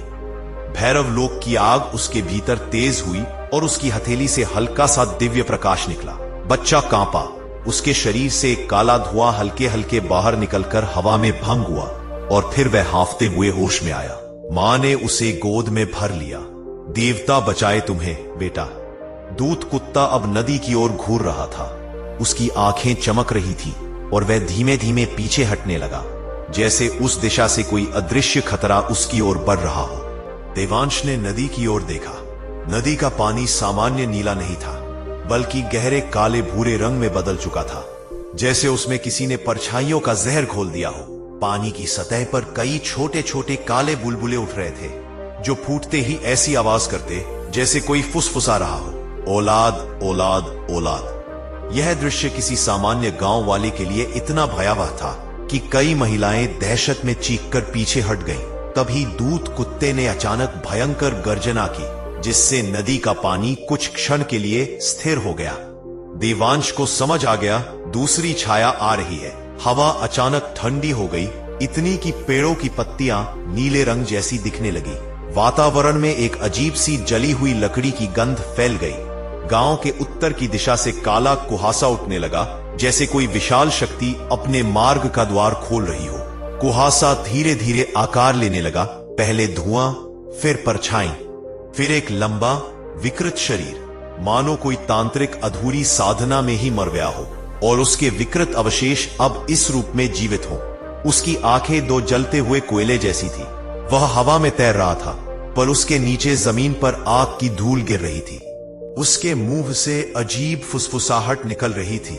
औलाद औलाद, मेरी भूख, मेरी प्यास, मुझे औलाद चाहिए। गांव वाले दहशत से पीछे हटने लगे। कई बच्चे अपनी माओ की गोद में छिप गए। कोई पुजारी मंत्र पढ़ रहा था, कोई रो रहा था, कोई भाग रहा था, लेकिन देवांश स्थिर खड़ा रहा, क्योंकि भैरव लोक में उसने इसी क्षण के लिए शक्ति प्राप्त की थी। छाया उसका नाम लेने लगी। दे, वाह, तू वह बच्चा है जिसने मेरे रास्ते में पत्थर रखा है। भैरव का चुना हुआ मैं तुझे नहीं छोड़ूंगी। देवांश ने कदम आगे बढ़ाया। उसके भीतर से प्रकाश निकलने लगा। दूत कुत्ता उसके दाहिने खड़ा था। उसकी आंखें आग बन गई थी। दुष्ट छाया ने काला धुआं देवांश पर फेंका, इतना घना कि उससे पेड़ का एक हिस्सा पिघल गया। पर जैसे ही वह धुआं देवांश के करीब पहुंचा, उसकी भुजाएं स्वतः उठ गईं और भैरव की दूसरी शिक्षा, आत्मशक्ति, एक तेज झोंके की तरह सक्रिय हो गई। उसके शरीर से नीला सफेद प्रकाश निकला, जिसने उस काले धुएं को चीरकर भस्म कर दिया। छाया पीछे हट गई। पहली बार उसके चेहरे पर डर के भाव आए। उसने गुर्राकर कहा, यह शक्ति, यह कैसी शक्ति है? कोई बालक इसे धारण नहीं कर सकता। देवांश बोला, मैं अकेला नहीं, भैरव मेरे साथ है। दूत कुत्ता आगे बढ़ा। उसके पैरों के नीचे धरती गर्म हो गई। वह छाया पर झपटा और अपनी ज्वालामय शक्ति से उसे घायल कर दिया। छाया चिल्लाई, आह, तू भैरव का दूत है। युद्ध कुछ क्षणों तक भयंकर रूप में चलता रहा। छाया कभी धुएं में बदलती, कभी 10 हाथों वाली आकृति बन जाती, कभी हवा की तरह गायब होकर किसी और दिशा से हमला करती, पर देवांश उसकी हर चाल देख पा रहा था। यह उसकी तीसरी शिक्षा, भविष्य दृष्टि, का प्रथम विशाल उपयोग था। कुछ क्षण बाद उसने देखा कि छाया की शक्ति का स्रोत उसके ठीक पीछे नदी के जल से जुड़े किसी काले घूमते हुए बिंदु से है। वह बिंदु ऐसा दिखता था जैसे किसी तांत्रिक ने मौत से पहले अपनी आखिरी इच्छा उसमें बांध दी हो। देवांश ने अपनी हथेली उठाई। वह बिंदु उसके सामने स्पष्ट होने लगा। छाया गरज उठी, उस बिंदु को मत छूना, वह मेरा हृदय है, मेरा अस्तित्व है। देवांश आगे बढ़ा। दूत कुत्ता उसकी रक्षा कर रहा था। छाया उसे रोकने के लिए हर संभव प्रहार कर रही थी। धुआं, आग, तेज हवाएं, मृत आत्माओं की चीखें, पर देवांश का संकल्प उससे कठोर था। उसने भैरव का नाम मन में लिया। एक दिव्य शक्ति उसके भीतर से उभरने लगी। उसकी आंखें नीली आग बन गई। उसके हाथों से प्रकाश निकला। उसने उस अंधकार बिंदु को पकड़ लिया और भैरव लोक से सीखा मंत्र उसके मुंह से स्वतः फूट पड़ा। ओम क्षौम काल भैरवाय फट। मंत्र निकलते ही वह बिंदु कांपने लगा, फटने लगा और अचानक भीषण प्रकाश में विस्फोट हो गया। छाया दर्द से चीख पड़ी, नहीं, तूने मेरा हृदय तोड़ दिया, मैं अधूरा हो गया। मैं और फिर वह धीरे धीरे राख में बदलने लगा। उसकी आंखें बुझ गई, उसका विकृत शरीर हवा में घुल गया और कुछ ही क्षणों में वह केवल एक धूमिल याद बनकर रह गया। गांव के ऊपर फैला काला कुहासा छटने लगा। नदी का पानी फिर से नीला होने लगा। बच्चे की सांसें सामान्य हो गई। स्त्रियों ने राहत की सांस ली, पर देवांश जानता था यह अभी अंत नहीं था, यह तो बस दूसरी छाया का विध्वंस था। जबकि भविष्य दर्पण में उसने 5 बड़ी छायाएं देखी थी और सबसे विशाल शक्ति तो अभी तक जागी भी नहीं थी। दूत कुत्ता उसके बगल में खड़ा था, उसकी आंखों में गर्व भी था और चेतावनी भी। शिवदत्त फिर से आगे बढ़े, बेटे को देखा, फिर उसके कंधों पर हाथ रखा। बेटा, तू कोई साधारण बच्चा नहीं, मैं अब समझने लगा हूं। देवांश चुप रहा। उसके अंदर भैरव लोक का आदेश गूंज उठा, अभी तेरा असली युद्ध शुरू हुआ है। बड़ी छाया अब आने वाली है। दूसरी छाया के नष्ट होने के बाद गांव में जो क्षणिक शांति उतरी थी, वह केवल सतह की एक हल्की परत जैसी थी, जैसे किसी विशाल तूफान से पहले हवा का एक पल ठहर जाना। देवांश, दूत कुत्ता, शिवदत्त और गांव वाले नदी किनारे खड़े थे, पर किसी को महसूस हो रहा था कि हवा में अभी भी अध जले धुएं की गंध तैर रही है, जैसे छाया का कोई टुकड़ा अपनी अंतिम सांसें छोड़ते हुए बदला लेने का वचन फुसफुसा रहा हो। नदी का पानी भले ही साफ होने लगा था, पर उसकी गहराई में अभी भी कहीं कहीं अजीब काली लहरें उठती, मानो कोई अदृश्य शक्ति अभी भी अपने अस्तित्व को बचाने के लिए संघर्ष कर रही हो। उसी समय गांव की पुजारिन वृद्धा तुलसी माई तेज कदमों से वहां पहुंची। उनका चेहरा भय से पीला था और उनकी आंखों में वह ज्ञान था जो कोई सामान्य मनुष्य सहन नहीं कर सकता। उन्होंने देवांश को दूर से ही देखते हुए कहा, बेटा, तूने पहली 2 छायाओं को नष्ट किया, पर तू ये नहीं जानता कि ये छायाएं अकेली नहीं थी। ये 5 बहनों में से 2 थी और बाकी 3 उससे भी अधिक भयंकर है, क्योंकि वे औलाद के भाग्य को ही नहीं, वंश के अस्तित्व को निगलने की ताकत रखती है। लोग सिरर उठे। ग्रामीणों ने भयभीत होकर एक दूसरे को देखा। कुछ ने अपने बच्चों को और कसकर पकड़ लिया।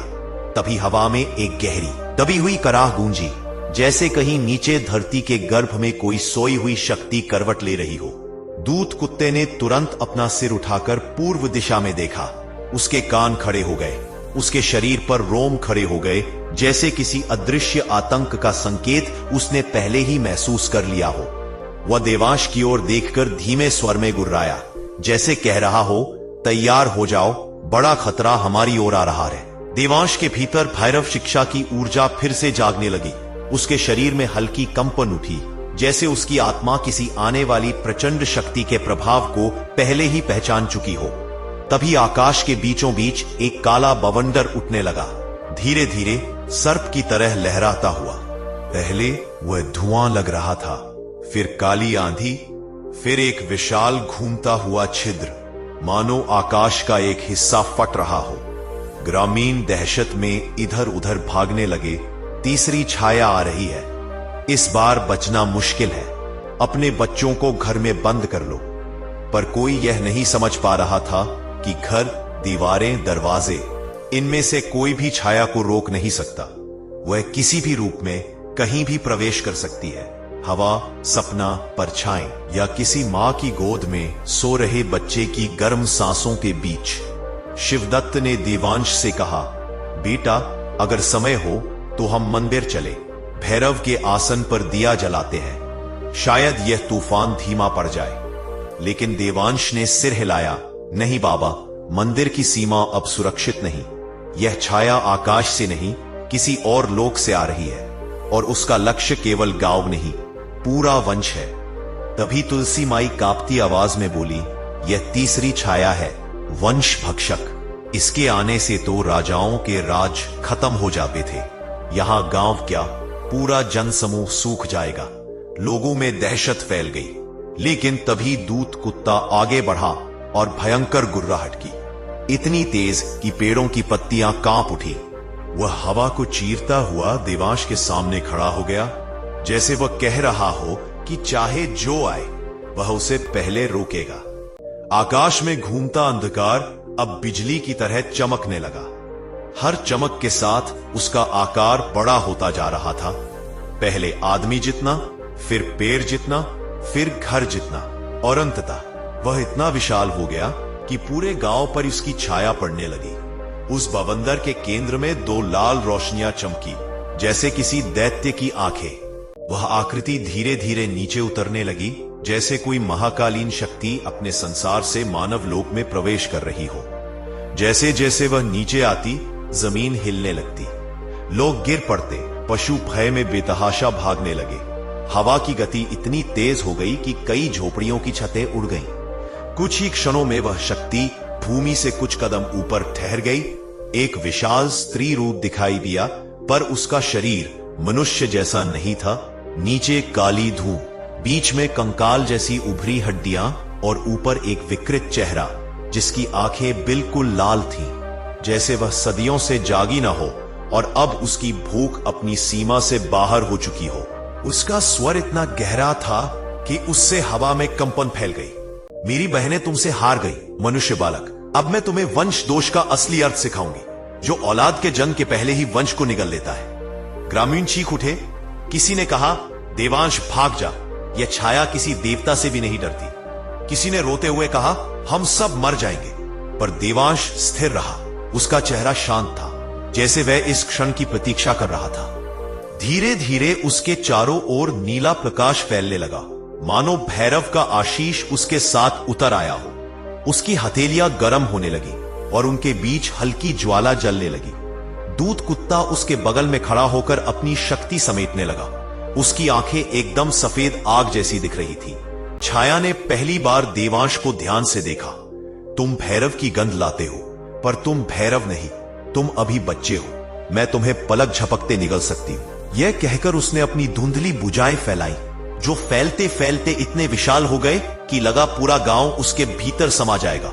देवांश ने अपनी आंखें बंद कर लीं और वही तीसरा मंत्र याद किया जो भैरव ने उन्हें सिखाया था, जो केवल अत्यंत शक्तिशाली छाया के सामने प्रयोग किया जाता है, परंतु उसे पूरा बोलने के लिए उसे आंतरिक ऊर्जा का ऊंचा स्तर चाहिए था, जो अभी पर्याप्त नहीं था।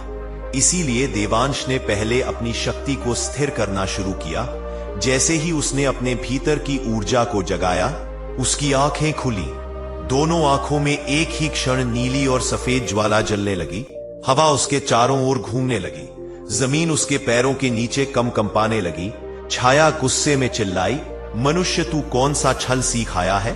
देवांश ने उत्तर नहीं दिया। उसने केवल अपनी हथेली आकाश की ओर उठाई। आकाश फटा, बिल्कुल क्षण भर के लिए, और उस फटने के बीच से भैरव लोक का साया उतरा, सीधा देवांश की हथेली पर। यह केवल उनकी शक्ति का प्रतिबिंब था, उनका शरीर नहीं।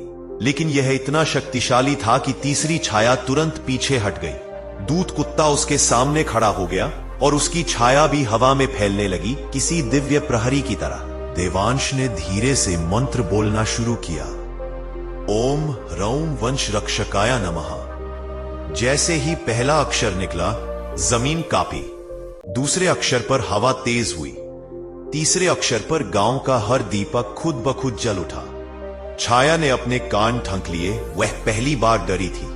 उसने हवा में एक काली लपट फेंकी, सीधे देवांश की ओर। वह इतना तीखा प्रहार था कि अगर देवांश साधारण बालक होता, उसी क्षण भस्म हो जाता। पर दूत बीच में आ गया। प्रहार उसकी पीठ पर लगा। वह दर्द में चिल्लाया, पर गिरा नहीं। देवांश का दिल कांप उठा, नहीं। लेकिन दूत ने क्रोध से गुर्राते हुए उसे आगे बढ़ने का संकेत दिया, जैसे कह रहा हो, रुकना मत, मेरा दर्द व्यर्थ मत होने देना। देवांश का संकल्प और कठोर हो गया। उसने मंत्र का अगला भाग बोला। उसकी आवाज अब गूंज बन चुकी थी, ओम क्षरौं काल अग्नि प्रकट्य। जैसे ही यह शब्द निकले, उसकी हथेली से एक लंबी नीली ज्वाला आसमान तक उठ गई। छाया भय से पीछे हट गई।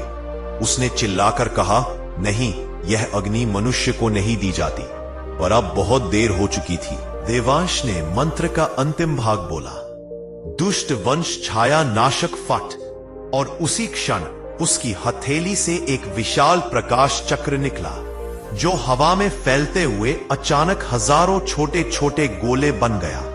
हर गोला छाया दर्द से चिल्लाई, मैं अभी पूरी तरह जागी भी नहीं, मुझे लौटने दो। पर प्रकाश ने उसे जकड़ लिया था। उसकी काली धुंधली भुजाएं पिघलने लगी, उसका चेहरा विकृत होकर टूटने लगा, उसकी लाल आंखें बुझ गईं, उसका विशाल शरीर राख बनकर हवा में उड़ने लगा। कुछ ही सेकंड में वह विशाल छाया केवल धूल बनकर रह गई। गांव फिर से शांत हो गया। लोग एक एक करके अपने छिपने के स्थानों से बाहर आए, डरे हुए पर आश्चर्य में डूबे। किसी ने कहा यह चमत्कार था, किसी ने कहा देवांश तो देवों का दूत है, किसी ने रोते हुए कहा हमारा वंश बच गया। लेकिन देवांश चुप था, क्योंकि जैसे ही तीसरी छाया नष्ट हुई, उसके भीतर अचानक एक भयंकर झटका महसूस हुआ, मानो किसी ने उसके हृदय पर सीधा प्रहार किया हो। वह लड़खड़ाया, घुटनों पर गिर गया। दूत उसके पास आया, उसके घाव से अब भी धुआं निकल रहा था, पर उसकी आंखों में चिंता थी। देवांश ने अपना सीना पकड़कर भारी सांस ली और तभी भैरव लोक से एक आवाज गूंजी, देवांश, तीसरी छाया के साथ जो शक्ति तूने उपयोग की वह मानवी देह पर भारी है, सावधान रह। अभी 2 छायाएं और बची हैं और वे अब तुझे पहचान चुकी हैं। देवांश ने धीरे धीरे आंखें खोली, उसका चेहरा गंभीर हो गया। उसे अब पता था अभी युद्ध का असली चरण शुरू होना बाकी है और अगली 2 छायाएं उससे कहीं अधिक भयानक होने वाली है। तीसरी छाया के नष्ट होने के बाद भी गांव की हवा पूरी तरह शांत नहीं हुई थी, क्योंकि उस युद्ध के तुरंत बाद देवांश ने महसूस किया था कि उसके भीतर जो ऊर्जा उठी थी वह कहीं गहराई में अब भी उबल रही थी, जैसे कोई महाशक्ति उससे कुछ कहना चाह रही हो। उसके शरीर में दर्द, थकान और तेज कंपन था, पर उससे कहीं अधिक भयावह था वह रहस्य जिसे भैरव लोक से उतरती आवाज ने बताया था कि अभी 2 छायाएं शेष हैं और वे दोनों असुरों की मात्र छाया कहलाती थीं, जो किसी एक व्यक्ति, परिवार या गांव को नहीं बल्कि पूरी पृथ्वी के वंश चक्र को प्रभावित करने की क्षमता रखती हैं। देवांश दूत कुत्ते के सहारे गांव लौट रहा था और उसके कदमों के नीचे धरती अजीब सी ठंडी लग रही थी, मानो धरती भी जानती हो कि युद्ध अभी समाप्त नहीं हुआ। ग्रामीणों ने उसके लिए दीपों की पंक्तियां लगा दी, महिलाएं आरती उतार रही थीं, बच्चे उसके हाथ छूने की कोशिश कर रहे थे और बुजुर्ग उसे दैवी पुत्र कहकर आशीर्वाद देने लगे। पर देवांश ने एक भी शब्द नहीं कहा।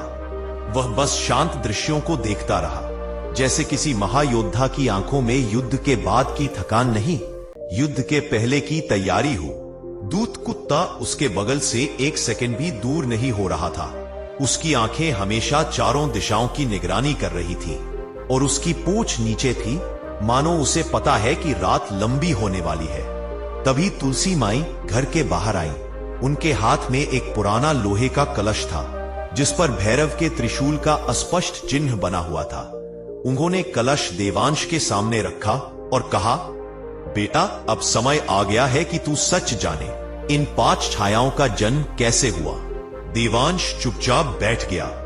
ग्रामीण भी दूर दूर खड़े हो गए। तुलसी माई ने कलश खोला। अंदर से काला धुआं नहीं बल्कि एक पुराना ग्रंथ निकला, जिसकी पत्तियां किसी तांत्रिक युद्ध में झुलसी हुई लगती थी।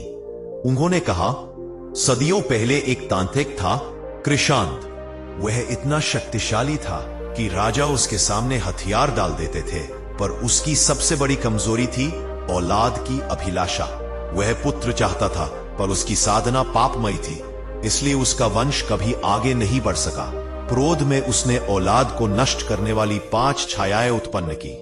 पहली गर्भ को सुखाने वाली, दूसरी औलाद पर संकट लाने वाली, तीसरी वंश को निगलने वाली, चौथी भाग्य को काटने वाली और 5वीं वंशमूल को पूर्णतः समाप्त करने वाली। 5वीं छाया इतनी भयंकर थी कि वह स्वयं तांत्रिक को ही निगल गई और वह सदियों पहले जीवित ही भस्म हो गया। पर उसकी छायाएं आज भी जीवित है और आज उनमें से 3 का अंत हो चुका है, लेकिन चौथी और 5वीं अब तुझे ढूंढ रही हैं। यह सुनकर पूरा गांव स्तब्ध हो गया। हवा मानो धीरे धीरे जमने लगी। तभी दूत कुत्ता अचानक उठ खड़ा हुआ। उसने उत्तर दिशा की ओर घूरा। उसकी आंखों में आग जलने लगी। देवांश ने अनुभव किया वह कंपन वापस आ गया है और बहुत प्रबल हो चुका है। अचानक आकाश में कहीं से ऐसा लगा जैसे दो विशाल दरवाजे एक साथ खुल गए हों। धरती भारी हो गई, हवा घनी हो गई, गांव के सारे दीपक एक साथ बुझ गए। बच्चों के रोने की आवाजें दूर तक गूंज उठी। पेड़ों पर बैठे कावे पागल होकर उड़ने लगे और तभी उत्तर दिशा में खड़ा विशाल पर्वत ऐसा कांपा जैसे उसकी जड़ें किसी अदृश्य शक्ति से खींच रही हो। पर्वत की चोटी पर एक अजीब सफेद प्रकाश उठा जो धीरे धीरे आकार लेने लगा।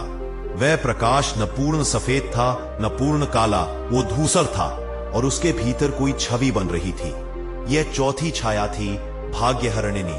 वह हवा में उतरते हुए बोली, मनुष्य, अब तक तूने जो बचाया वह व्यर्थ जाएगा, क्योंकि मैं वंश का भाग्य काट देती हूं। जन्म के पहले, जीवन के बीच और मृत्यु के बाद भी। उसकी आवाज सुनकर कई लोग बेहोश हो गए। वह छाया मनुष्य जैसी नहीं दिखती थी। उसके शरीर में 3 चेहरे थे, एक बच्चा, एक जवान और एक बूढ़ा, मानो वह पूरे जीवन चक्र की स्वामिनी हो। वह देवांश को देखकर मुस्कुराई, तेरी शक्ति अच्छी है पर भाग्य का मालिक मैं हूं। देवांश सामने आया। उसके हाथ में अब हल्की आग नहीं बल्कि तेज नीली ज्वाला थी। उसने मंत्र पढ़ने की कोशिश की, पर जैसे ही उसने पहला अक्षर बोला, छाया ने हवा को मोड़ दिया। उसकी आवाज बंद हो गई। उसने महसूस किया कि उसका गला जम रहा है। यह वही शक्ति थी जो किसी व्यक्ति की नियति को बांध देती है। दूत कुत्ता गरजा और उसकी ओर झपटा, पर छाया ने उसे छूने से पहले ही पीछे फेंक दिया। इस बार इतना जोर से कि वह कुछ दूर जाकर गिर पड़ा और उठने की कोशिश में भी कराह उठा। देवांश का दिल दहल उठा। उसने पहली बार दूत को इतना चोटिल देखा था। क्रोध में उसके भीतर आग उठी। उसने भैरव का स्मरण किया। तभी अचानक उसके सिर पर एक हल्का स्पर्श हुआ, जैसे कोई अदृश्य हाथ उसे शक्ति दे रहा हो। उसकी आंखें बदल गईं। अब उनमें सिर्फ नीला प्रकाश नहीं था, बल्कि काला नीला मिश्रित तेज था, भैरव का तेज। उसने मंत्र बोलना शुरू किया। गले को बांधने वाली शक्ति टूट गई। उसकी आवाज आसमान की गड़गड़ाहट की तरह गूंजने लगी। छाया चौंक गई। यह कैसे संभव है? पर अब देवांश को रोका नहीं जा सकता था। उसने अपने दोनों हाथ आकाश की ओर उठाए। आकाश फटा। भैरव की चक्र दीप्ति उतरी। अगले ही क्षण उसने पूरा मंत्र बोला और एक विशाल अग्निचक्र सीधा छाया की 3 चेहरे वाली आकृति पर जा गिरा। छाया चिल्लाई। उसके तीनों चेहरे फटने लगे। उसका शरीर राख बनकर हवा में उड़ गया। चौथी छाया नष्ट हो गई। गांव की हवा फिर से शांत हुई, पर यह शांति केवल कुछ क्षणों की थी, क्योंकि जैसे ही छाया समाप्त हुई, पूरी धरती हिलने लगी। दूर पहाड़ से एक दरार निकली। लाल आग निकलने लगी। हवा काली हो गई और उसी दरार से 5वीं छाया प्रकट हुई, इतनी भयानक कि उसे देखते ही देवांश के पैरों तले जमीन कांप उठी। उसका शरीर पूर्ण अंधकार था, किसी भी आकार का नहीं, बल्कि आकारहीन। वह एक मुंह भी नहीं रखती थी। वह केवल गूंज थी, एक कराह, एक चीख, एक शाप। यह छाया किसी व्यक्ति की नहीं, पूरे वंश की जड़ें काट देती थी। जैसे ही वह उठी, गांव के पेड़ों से पत्तियां गिरने लगी, बच्चों की सांसें हल्की पड़ने लगी और धरती से अजीब सी ठंडी धड़कन उठी। दूत कुत्ता कांप उठा। उसने भौंकने की कोशिश की, पर आवाज नहीं निकली। देवांश ने महसूस किया, यह शक्तिशाली है, पर कुछ और भी है। इस छाया का जन्म केवल कृषांद तांत्रिक से नहीं हुआ था, बल्कि मनुष्यों के सदियों के पापों से। वह छाया बोली, मैं वंश मूल हूं। मुझे कोई नहीं मार सकता, क्योंकि मैं हर मनुष्य के भीतर रहती हूं। लालच, भय, पाप और बद्दुआओं में जन्म लेती हूं। देवांश ने धीरे से कहा, तू बाहरी शक्ति नहीं, तू मनुष्य के अंधकार की उपज है। छाया हंसी। हवा गूंज उठी, और इसलिए तुम मुझे नहीं मार सकते। पर देवांश मुस्कुराया, शांत, स्थिर। तू मनुष्य के भीतर पैदा होती है, पर मनुष्य के भीतर ही खत्म भी होती है। हथेली में आग नहीं, प्रकाश नहीं, एक शांत उजला दीप जला। यह दीप किसी अग्नि का नहीं, आत्मशक्ति का था। वह दीप जैसे ही जल उठा, छाया की गूंज टूट गई। उसने चीख कर कहा, नहीं, यह प्रकाश पाप के विरुद्ध है। मैं यह सहन नहीं कर सकती। देवांश आगे बढ़ा, हर कदम के साथ छाया पीछे हटने लगी। दीप का प्रकाश उसके अंधकार को चीरने लगा और अंत में उसने दीप को छाया के स्वरूप में छू दिया। अगले ही पल छाया राख में बदल गई और राख हवा में ऐसे उड़ गई जैसे वह कभी अस्तित्व में ही न रही हो। पांचवी और अंतिम छाया का अंत हो चुका था। पूरा गांव शांत, सुरक्षित और मुक्त हो गया। दूत कुत्ता देवांश के पास आया। उसकी आंखों में गर्व और प्रेम था। ग्रामीणों ने देवांश को कंधों पर उठा लिया। तुलसी माई रो पड़ी। सदियों का शाप आज समाप्त हुआ है। शिवदत्त ने बेटे को गले लगाया और कहा, तेरी वजह से हमारा वंश नहीं, पूरी धरती का वंश बच गया। कुछ क्षण बाद आकाश में अंतिम बार भैरव की आवाज उतरी, गंभीर, विशाल, दयामयी। देवांश, तूने पांचों छायाओं का अंत किया। संसार अब फिर से औलाद दोष से मुक्त होगा। मार्गशीर्ष अमावस्या का धर्म आज पूर्ण हुआ। देवांश ने सिर झुका दिया। उसकी यात्रा पूरी हो चुकी थी। दूत कुत्ता धीरे धीरे प्रकाश में बदलने लगा, जैसे उसका काम पूरा हो गया हो। उसने देवांश की ओर देखा और उसकी आंखों में धन्यवाद था। अगली ही क्षण वह आकाश में विलीन हो गया। गांव में दीप जल उठे। औलाद पर संकट का शाप टूट चुका था और उसी रात पहली बार सदियों बाद हवा में वह पवित्र सुगंध फैली जिसे केवल शांति कहा जाता है। कथा यही समाप्त होती है, जहां देवांश ने पांचों छायाओं का नाश कर मानव वंश को औलाद दोष से सदा सदा के लिए मुक्त कर दिया। आदरणीय दर्शक बंधुओं, आपने मार्गशीर्ष अमावस्या पर कुत्ते को 3 पवित्र चीजें खिलाने की इस दिव्य कथा को श्रद्धा से सुना। कथा का उपसंहार यही संदेश देता है कि सेवा का कोई रूप छोटा नहीं होता। ईश्वर की कृपा दया में बसती है और पशु सेवा की ऊर्जा सीधे हमारे भाग्य, संतान और घर की समृद्धि में परिवर्तित हो जाती है। जो मनुष्य मार्गशीर्ष अमावस्या के दिन श्रद्धा से सेवा करता है, भूखे जीव को भोजन कराता है और ईश्वर का नाम लेकर कुत्ते को यह 3 विशेष वस्तुएं अर्पित करता है, उसके जीवन से न केवल दरिद्रता दूर होती है, बल्कि उसकी औलाद भाग्यवान, बुद्धिमान और सुखी हो जाती है। कथा के नायक की तरह जब हम भी कर्म, भक्ति और करुणा का मार्ग चुनते हैं, तो ईश्वर स्वयं हमारे जीवन में चमत्कार का द्वार खोल देते हैं। प्रभु से प्रार्थना है कि आपके घर में सुख, शांति, संतति, सुख और समृद्धि का प्रकाश कभी कम न हो। माता लक्ष्मी और भगवान नारायण की कृपा सदा आप पर बनी रहे। यदि यह कथा आपको अच्छी लगी हो, संतानी ज्ञान को लाइक, सब्सक्राइब और बेल आइकन अवश्य दबाएं, ताकि ऐसी ही दिव्य, चमत्कारी और प्रेरणादायक कथाएं आपको मिलती रहे। ईश्वर आपका कल्याण करे। जय श्री हरि, जय सनातन धर्म, जय श्वा।